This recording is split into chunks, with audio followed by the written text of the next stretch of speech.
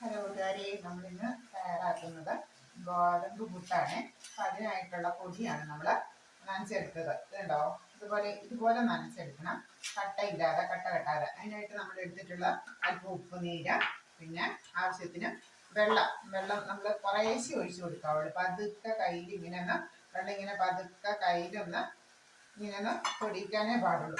എന്നിട്ട് നമ്മൾ കുറേശ്ശെ തിരുമ്മി നമ്മൾ നനച്ച് കൊടുക്കണം. അല്ലെങ്കിൽ നമ്മൾ കട്ടയായി പോവേ. ഇനി അഥവാ ഇച്ചിരി കട്ടയായി പോയെങ്കിൽ നമ്മൾ വീണ്ടും കുറച്ചുകൂടെ പൊടി ഇട്ട് ഇങ്ങനെ തിരുമ്മി കയ്യിലെടുത്ത് തിരുമ്മുമ്പോൾ നമുക്ക് ഇങ്ങനെ ഇതുപോലെ സോഫ്റ്റായിട്ട് നമുക്ക് കട്ടയില്ലാതെ നമുക്ക് പൊടിയായിട്ട് നമുക്ക് കിട്ടും. അതിന് ഞാൻ ഇടയ്ക്ക് ഇച്ചിരി തേങ്ങയും കൂടി ചേർത്ത് നനയ്ക്കാറുണ്ട്. അപ്പം പുട്ടുപൊടി നനയ്ക്കുമ്പോൾ തന്നെ ഇച്ചിരി തേങ്ങയും കൂടി ചേർത്ത് നനയ്ക്കുകയാണ്. തേങ്ങയുടെ ഒരു നനവും കൊണ്ട് നനഞ്ഞും കിട്ടും. പിന്നെ പുട്ടിന് നല്ല ടേസ്റ്റും ഉണ്ടാവും.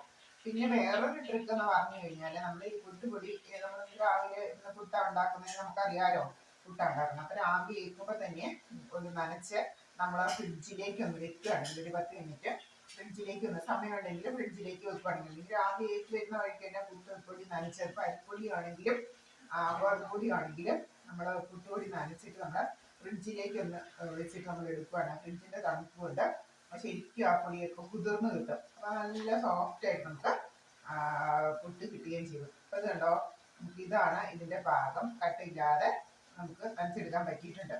അപ്പോൾ അതിനുള്ള ട്രിക്ക് എന്ന് പറഞ്ഞു കഴിഞ്ഞാൽ, നമ്മൾ ആദ്യം ഒരുപാട് വെള്ളം ഇങ്ങനെ കയ്യിലേക്ക് ഇങ്ങനെ കോരി എടുക്കരുത്. പതുക്കെ കൈ നനച്ച് വെള്ളം കൊണ്ട് പതുക്കെ ഇങ്ങനെ കൈ നനച്ചാണ് നമ്മൾ പൊടി തിരുമ്മി, ശരിക്കും പറഞ്ഞാൽ ഈ പൊടി ഇങ്ങനെ തിരുമ്മിയാണിത് നനച്ചെടുക്കുന്നത്. നമ്മുടെ കയ്യെ പറ്റിയിരിക്കുന്ന വെള്ളത്തിലേക്ക് ഈ പൊടി ഇങ്ങനെ തിരുമ്മി അപ്പം എല്ലാവരും പറയുന്ന ഒരു സംഭവമാണ്, അത് ഗോതമ്പ് പുട്ടുണ്ടാക്കുമ്പോഴത്തേനും കട്ടയായിപ്പോയി. അപ്പോൾ ആ കട്ട മാറ്റാനുള്ള ട്രിക്ക് ഇതേ ഉള്ളൂ. നമ്മൾ അധികം വെള്ളം ഒഴിച്ചു കൊടുക്കാതിരിക്കുക. ജസ്റ്റ് കൈ ഫുള്ളൊന്ന് നനച്ചിട്ട് ഇങ്ങനെ തിരുമ്മിയെടുക്കുക. അങ്ങനെ നമ്മൾ തിരുമ്മിയെടുക്കുമ്പോഴത്തേക്കും നമ്മുടെ ഇതുണ്ട്, കയ്യിൽ നനയ്ക്കുമ്പോഴൊന്നും ഒട്ടി പിടിക്കത്തില്ല, പൊടി ഒട്ടി പിടിക്കുകയില്ല. അപ്പം ഇതാണ് നമ്മുടെ പുട്ടുപൊടി നനച്ച് കഴിയുമ്പോഴുള്ള പാകം. ഇനി നമുക്ക് പുട്ട് അടുപ്പത്തേക്ക് വയ്ക്കാം. അപ്പം ആദ്യം കുറച്ച് തേങ്ങ ഇട്ട് കൊടുക്കുന്നു, ആവശ്യത്തിന് തേങ്ങ അല്ലേ ഇട്ട് കൊടുക്കുന്നു. പിന്നെ നമ്മൾ കുറച്ച് പൊടി കേട്ടോ, ഇടുമ്പോൾ തന്നെ കട്ടയൊന്നും ഇല്ലാതെയാണ്. ഇങ്ങനെ നനച്ചിട്ട് നമ്മൾ ഫ്രിഡ്ജിലേക്ക് ഒരു 5 മിനിറ്റ് വയ്ക്കുകയാണെങ്കിൽ നല്ല സോഫ്റ്റായിട്ട് നമുക്ക് കിട്ടും.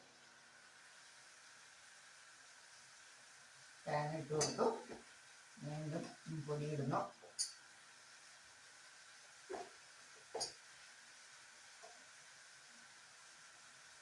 വീണ്ടും നമ്മൾ കുറച്ച് തേങ്ങ ഇട്ട് കൊടുക്കുന്നു. വീണ്ടും നമ്മൾ പൊടി ഇട്ട് കൊടുക്കുന്നു.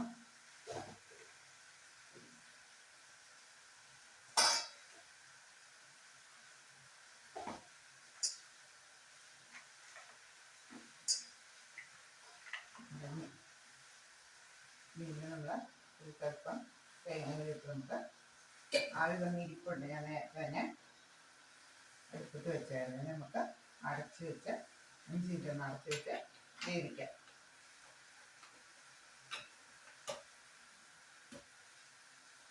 നമുക്ക് വേണ്ടി വെക്കട്ടെ.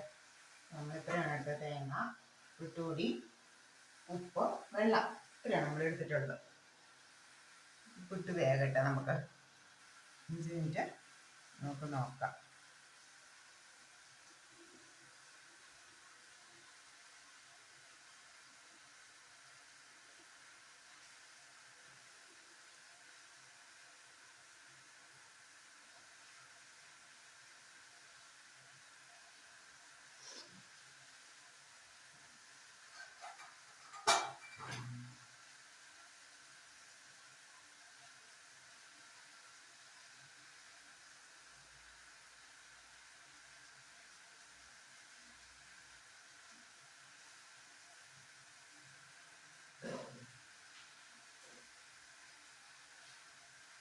പുട്ട് വെന്ത് കഴിഞ്ഞിട്ട് അപ്പോൾ ഓക്കെ, ബൈ. പുട്ട് വെന്തതിന് ശേഷം ഞാൻ പുട്ടിൻ്റെ വീഡിയോ ഇടാം. നമ്മൾ അടുത്തൊരു സ്റ്റൗവിലേക്ക് നമ്മൾ പയർ തോരൻ വയ്ക്കാനായിട്ട് വെച്ചിട്ടുണ്ടായിരുന്നു. കടുക് താളിച്ച് പയറിട്ട് കൊടുത്തു. അതിലേക്ക് അല്പം സവോള ഇട്ടു. നമ്മൾ ഉപ്പ് ഒഴിച്ച് നമ്മൾ വേകാനായിട്ട് വെച്ചിട്ടുണ്ടായിരുന്നു. അപ്പോൾ ഏകദേശം പുട്ട് വന്ന് കഴിയുമ്പോഴത്തേക്കും നമ്മുടെ തോരനോടെ റെഡിയാവും. അപ്പോൾ നമ്മുടെ സമയം ലാഭിക്കാനായിട്ട് നമ്മൾ 2 സ്റ്റവ് ഒരേ സമയം ഓരോരോ ഐറ്റംസ് വെക്കുവാണ്. നമുക്ക് പെട്ടെന്ന് കുക്കായി കിട്ടും.